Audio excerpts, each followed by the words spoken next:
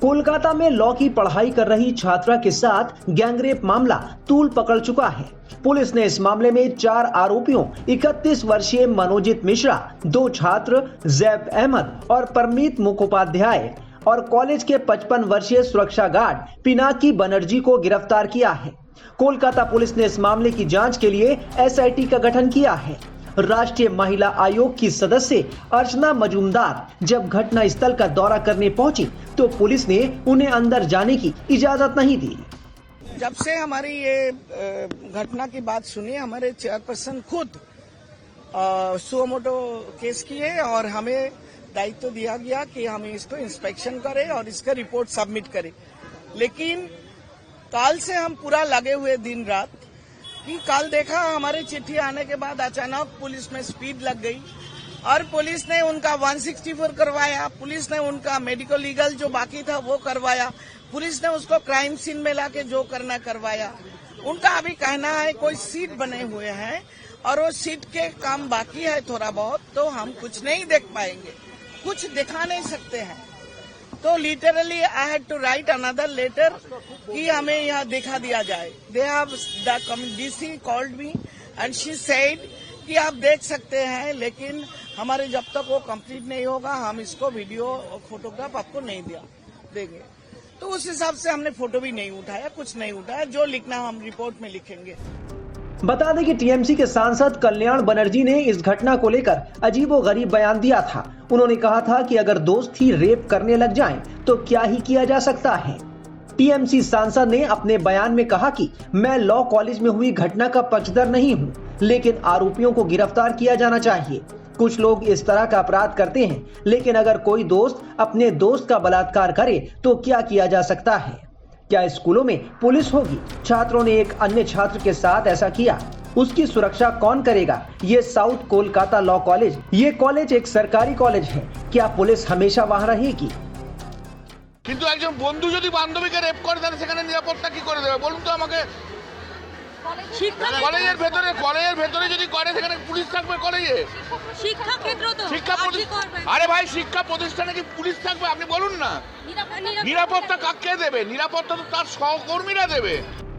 वहीं पश्चिम बंगाल बीजेपी के अध्यक्ष और केंद्रीय मंत्री सुकांता मजूमदार लगातार इस मुद्दे को लेकर ममता सरकार पर हमलावर हैं और विरोध प्रदर्शन कर रहे हैं। ये प्रोटेस्ट करने पर हमें जिस तरीके से गिरफ्तार किया गया, उसके बाद पुलिस हमें छोड़ने के लिए बोले थे बेल बॉन्ड पे साइन करके।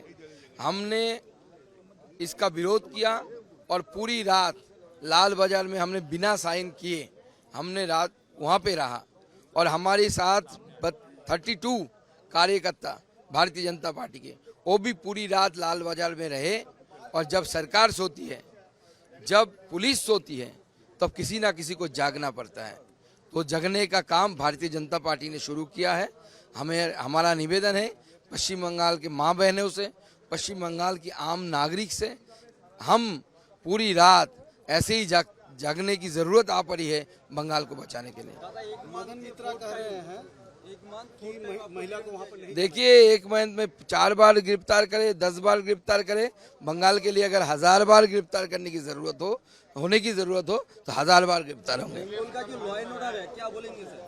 लॉ एंड ऑर्डर है कहाँ? आपको दिखाई दे रहा है? मुझे तो कहीं पे दिखाई नहीं देता। दूरबीन से भी देखता हूँ तो दिखता नहीं, कभी मैग्नीफाइंग ग्लास से भी देखता हूँ तो दिखता तो नहीं मुझे लगता है वो नवान्नों के किसी चेम्बर में किसी तिजोरी में बंद होकर रह गया है। मदन मित्रा कह रहे हैं वहाँ पर महिला को नहीं जाना चाहिए। मदन मित्र तय कर देंगे क्या कि कहाँ किसी को जाना चाहिए, कहाँ किसी को नहीं जाना चाहिए? ये आदमी, ये ऐसे जो आदमी मानसिकता के आदमी हैं, वो तो 1000 साल पहले इनको जन्म लेना चाहिए था। गलत समय पे आ गए टाइम मशीन से, फिर से टाइम मशीन ढूंढ के उनको वहाँ पे भेजना पड़ेगा। कल्याण बनर्जी कह रहे हैं कि कुछ पुरुष हैं जो इस तरह के काम करते हैं। देखिए, कल्याण बनर्जी की बात जितना कम करे उतनी अच्छा है। पार्टी उनको डिजोन करती है, वो पार्टी के ऊपर पार्टी को डिजोन करती है, तो आपस में उन लोगों की खिंचातानी है, इसलिए बीच बीच में ऐसे बोलते रहते हैं। साउथ कोलकाता लॉ कॉलेज की एक छात्रा के साथ हुए गैंगरेप केस में पुलिस ने कॉलेज परिसर को पूरी तरह से सील कर दिया है। ये कदम सबूतों के संरक्षण और मामले की गहन जांच के लिए उठाया गया था। सभी आरोपी 1 जुलाई तक पुलिस हिरासत में रहेंगे। पुलिस ने शनिवार को इस मामले में कॉलेज के सुरक्षा गार्ड पिनाकी बनर्जी को भी गिरफ्तार कर लिया। माना जा रहा है कि वो घटना के वक्त मौजूद था और उसकी भूमिका संदिग्ध है। फिलहाल पुलिस आरोपियों से सवाल जवाब कर रही है। देखिए, कलकत्ता में जो 24 साल की लॉ कॉलेज की छात्रा जो थी, उसके साथ उसके ही मिलने वाले एक मित्र समझिए, उसने अपने और साथियों के साथ और सहयोगियों के साथ ब्रूटल रेप अंजाम दिया है। और उस छात्रा को सिर्फ इस बात की सजा मिली है कि उसने उस गंदी मानसिकता वाले इंसान से शादी करने से मना कर दिया। उसके खुन्नस में आके उसने अपने मित्रों के साथ उसके साथ गैंग रेप किया, सामूहिक बलात्कार किया, 3 घंटे तक लगातार उसके साथ मारपीट करी, बलात्कार किया और उसका लाइव वीडियो बनाया और उसको थ्रेटन किया कि उसको लाइव कर देंगे और सोशल मीडिया पे डाल देंगे और उस तरह से उसको थ्रेटन करके उसको ब्लैकमेल भी किया। तो अब इसमें यह है कि देखिए, मैं हमेशा से ये कहती रही हूं कि कहीं भी वुमन सेफ नहीं है। अब लॉ के स्टूडेंट और वो जो अक्यूज है वो ऑलरेडी लॉ की प्रैक्टिस कर रहा है और लॉ की प्रैक्टिस कर रहा है, क्रिमिनल लॉयर है जो खुद इस तरह की क्रिमिनल मेंटालिटी रख रहा है, वो और पीड़ितों को क्या न्याय दिलवाएगा, ये एक बहुत बड़ा सवाल है।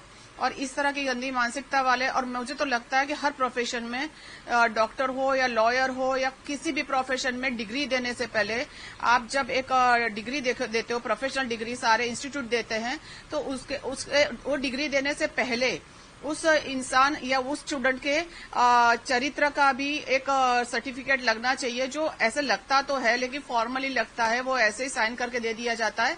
लेकिन बाकायदा एक ऐसी हर बड़े इंस्टीट्यूट में इस तरह की टीम होनी चाहिए कि वो पहले उसका वो पता करे कि वो किस तरह की मानसिकता है, उस पर इस तरह के गंदे कोई इल्जाम नहीं लगे हैं या कुछ इस तरह की गतिविधि में वो इन्वॉल्व नहीं रहा है, उसके बाद उसको डिग्री देनी चाहिए। क्योंकि ये डिग्री लेके फिर समाज में खुले घूमते हैं और उसके पंजे में, उसके शिकंजे में कितने पीड़ित लोग जो सही में बहुत तकलीफ में होते हैं और अपने पैसा खर्चा करके इन प्रोफेशनल्स के पास जाते हैं। तो जो खुद ही इस तरह की मानसिकता वाला होगा वो किसको क्या न्याय दिलाएगा। और दूसरी चीज ये है कि वो जो पीड़िता है उसके लिए हमें मतलब ये कहते हैं कि स्त्री में एक सिक्स्थ सेंस होती है कि जो इंसान को पहचानती है। तो कहीं ना कहीं उसको सही बुरे की समझ थी, तभी उस लड़की ने उससे शादी के लिए मना किया। ये भी एक बात है। और दूसरी चीज ये है कि देखिए, आज की दुनिया में लोग इतना प्रिटेंड करते हैं और लड़कियों को भरमाने के लिए, लड़कियों को बरगलाने के लिए इस तरह की बातें और इस तरह का बिहेवियर करते हैं कि उनकी जो असलियत होती है वो बहुत लेट सामने आती है। और वो भी समझने वाले समझ पाते हैं, कई बार उनका असली चरित्र तो समझ में भी नहीं आता है। तो उस लड़की के साथ जो भी हुआ और जिस तरह से हुआ वो बहुत दुखनीय है। और जब कानून व्यवस्था की पढ़ाई करने वाले ही इस तरह की गतिविधि करेंगे तो हम किसके पास जाएंगे। आज वही लॉयर बनेंगे, कल वही जज बनेंगे और वही हमारे जीवन के फैसले तय करेंगे। हमारी जीवन मृत्यु, हमारे कैद या कितने साल की सजा होनी है, या क्या आप आरोपी हो नहीं हो, या आपको जामीन मिलनी है कि आपको छोड़ देना है, वो ये तय करेंगे।